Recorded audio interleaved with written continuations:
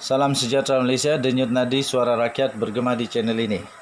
Ada satu berita yang memang mengejutkan.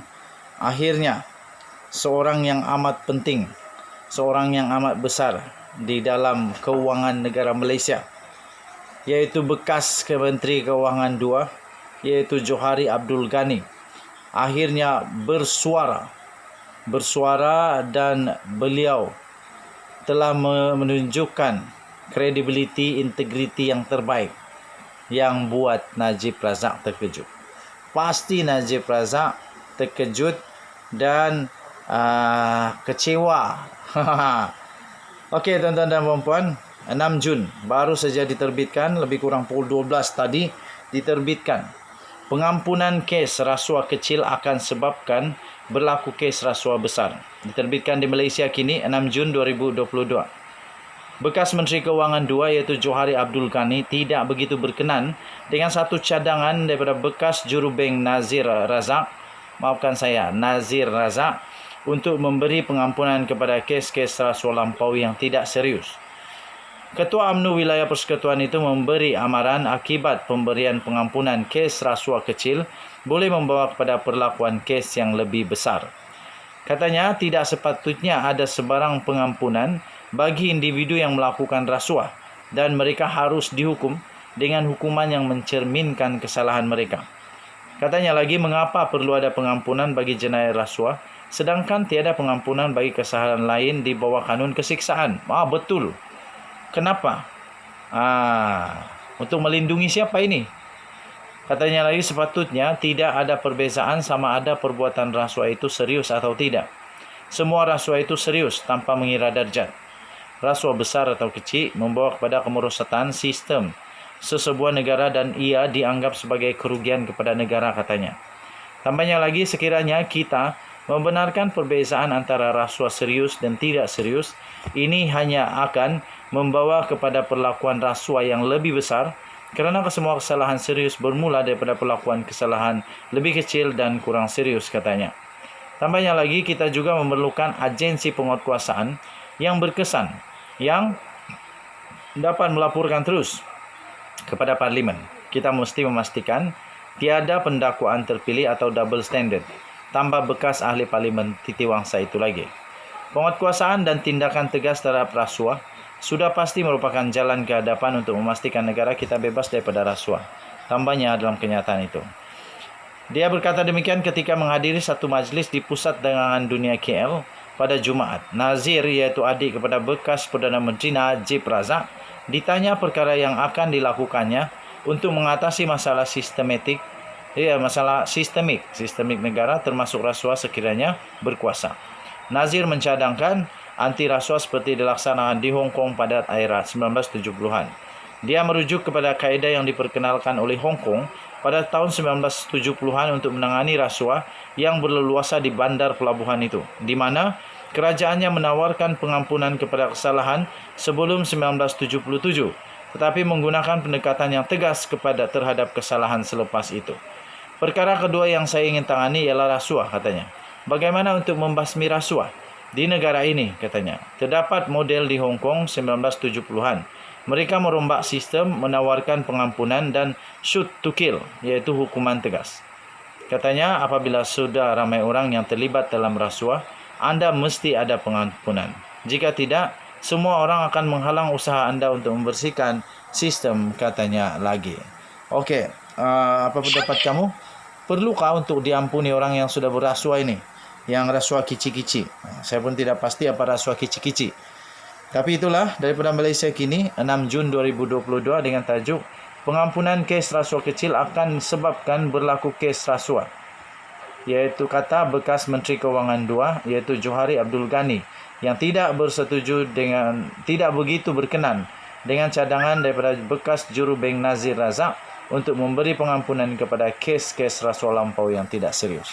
Saya setuju, apapun kesalahan tetap kesalahan, mana boleh. Jadi ada prosesnya. Denyut nadi suara rakyat bergema di channel ini. Jangan lupa tekan butang subscribe, like dan share. Kita jumpa lagi. Bye-bye. Salam sejahtera Malaysia. Denyut nadi suara rakyat bergema di channel ini. Ada satu artikel yang baru saya terima, dokumen yang baru diterima yang amat menarik daripada sahbudin.com.net. Tajuknya, maknanya sekarang PM tak perlu tergesa-gesa lagi nak bubar parlimen. Abaikan saja desakan kluster mahkamah. Pertikaian sama ada parlimen perlu dibubarkan dengan segera atau sebaliknya kini menjadi isu yang semakin membahang antara dua kumpulan dalam UMNO. Kluster mahkamah dan mereka yang menyokong kumpulan itu telah dan sedang mengasak Perdana Menteri Malaysia iaitu Ismail Sabri Yaakob dengan pelbagai cara agar segera untuk membubarkan parlimen. Setelah berjaya meluluskan usul dalam PAU 2021 yang menetapkan PRU 15 hendaklah diadakan sebelum pemilihan UMNO, kemudian meminda perlembagaan parti bahawa pemilihan UMNO hanya boleh diadakan 6 bulan selepas PRU dilangsungkan dan tekanan terbaru melalui Convention BN terbaru ini mereka mulai mengingatkan Ismail Sabri berkenan MOU dengan Pakatan Harapan pula. Yang mereka gembar-gemburkan ialah kononnya MOU itu tamat pada 31 Julai ini, yang bermakna parlimen sudah boleh dibubarkan selepas tarikh itu kerana tiada lagi sokongan daripada Pakatan Harapan. Ia juga kononnya bersesuaian dengan keputusan MT UMNO yang tidak menyambung lagi MOU itu selepas 31 Julai. Kluster Kabinet dalam hal ini lebih selesa PRU 15 tidak diadakan segera. Bahkan mencadangkan parlimen hanya perlu dibubarkan di hujung penggal sedia ada iaitu sehingga Mei 2023. Hujah mereka, kerajaan perlu lebih masa untuk berperanan dengan lebih baik dalam menyelesaikan isu-isu rakyat sebelum PRU 15 hendak diadakan. Mereka juga menyelar tindakan mengaitkan MOU dengan UMNO kerana perjanjian itu antara kerajaan dengan PH sama sekali tidak ada kena-mengena dengan UMNO. Selain kluster kabinet, PH juga turut sama mempertikaikan UMNO berhubung dengan keputusan yang mereka ambil berkaitan MOU kerana UMNO pada hakikatnya tidak terkait sama sekali. Berikutan isu MOU semakin diperdebatkan antara dua kluster ini sejak kebelakangan ini. Pelbagai kenyataan dan selar-menyelar antara dua kluster UMNO itu mula semakin panas dalam sehari dua ini. Dalam masing-masing berhujah mempertahankan kenyataan itu, apa yang menarik sekali ialah tindakan Anwar Musa yang tampil mendedahkan butiran penuh MOU itu. Katanya bagi yang suka menulis tetapi malas membaca, menyelidik atau mungkin sengaja mahu mengelirukan fakta, saya hantarkan di sini dokumen rasmi atau salinan MOU antara kerajaan dan Pakatan Harapan, katanya. Tambahnya lagi, sila teliti perkara 2 dan 3 dalam MOU berkenaan. Saya adalah salah seorang yang mewakili kerajaan yang telah menandatangani MOU tersebut, katanya. Tuan-tuan dan puan-puan yang dihormati sekalian, demikian adalah bahagian 2 atau perkara 2 dan 3 yang disebut oleh Anwar Musa tersebut. Jadi saya bacakan tempoh masa nombor 2. Perkara nombor 2 adalah tempoh masa. Memorandum persefahaman ini hendaklah berkuat kuasa daripada tarikh perjanjian ini ditandatangani dan hendaklah terpakai sehingga pembubaran Parlimen Malaysia ke-14, katanya. Nombor 3, perkara 3, persefahaman pihak-pihak. Kerajaan bersetuju tidak akan mengusulkan pembubaran Parlimen sebelum 31 hari bulan Julai 2022. Kerajaan hendaklah berusaha dengan ikhtiar terbaik melaksanakan setiap satu dan segala transformasi yang dicadangkan dan dalam aturan masa yang dipersetujui oleh kedua-dua pihak. Kemudian nombor 3.3 sebagai balasan kepada penunaian dan pelaksanaan transformasi dalam aturan masa yang dipersetujui di dalam lampiran kepada memorandum persefahaman ini, Pakatan Harapan dengan ini bersetuju untuk melaksanakan perkara berikut pada masa yang material, katanya.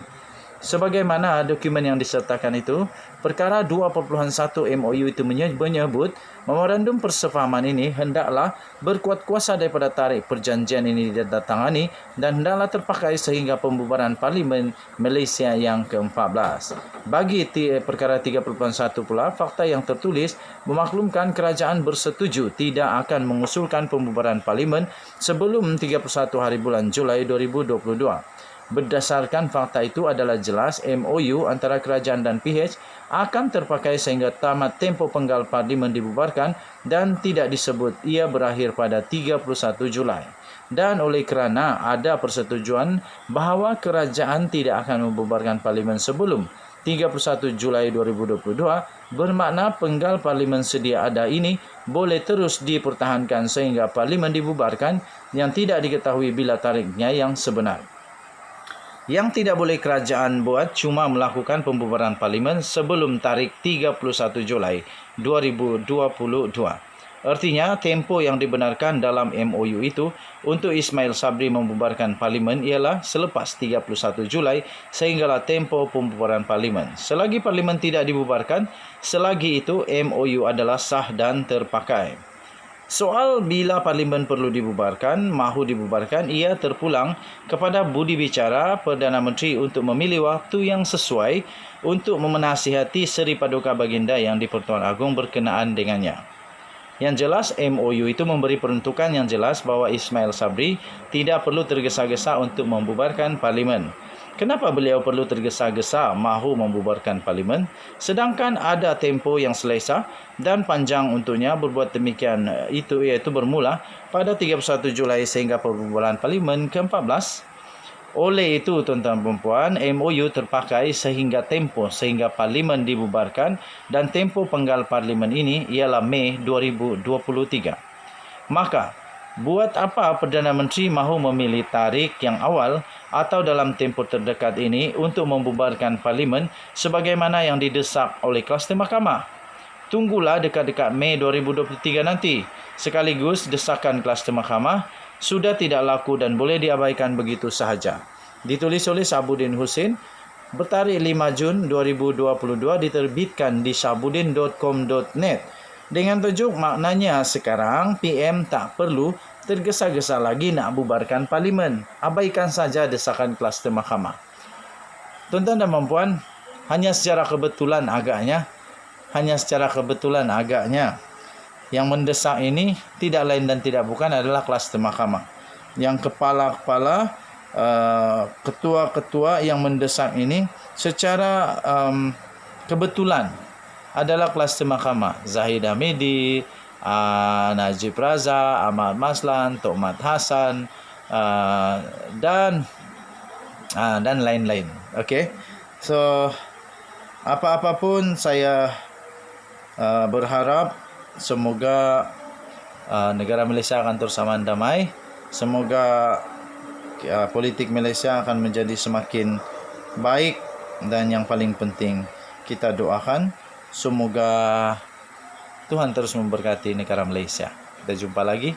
Denyut nadi suara rakyat bergema di channel ini. Jangan lupa tekan butang subscribe, like dan share.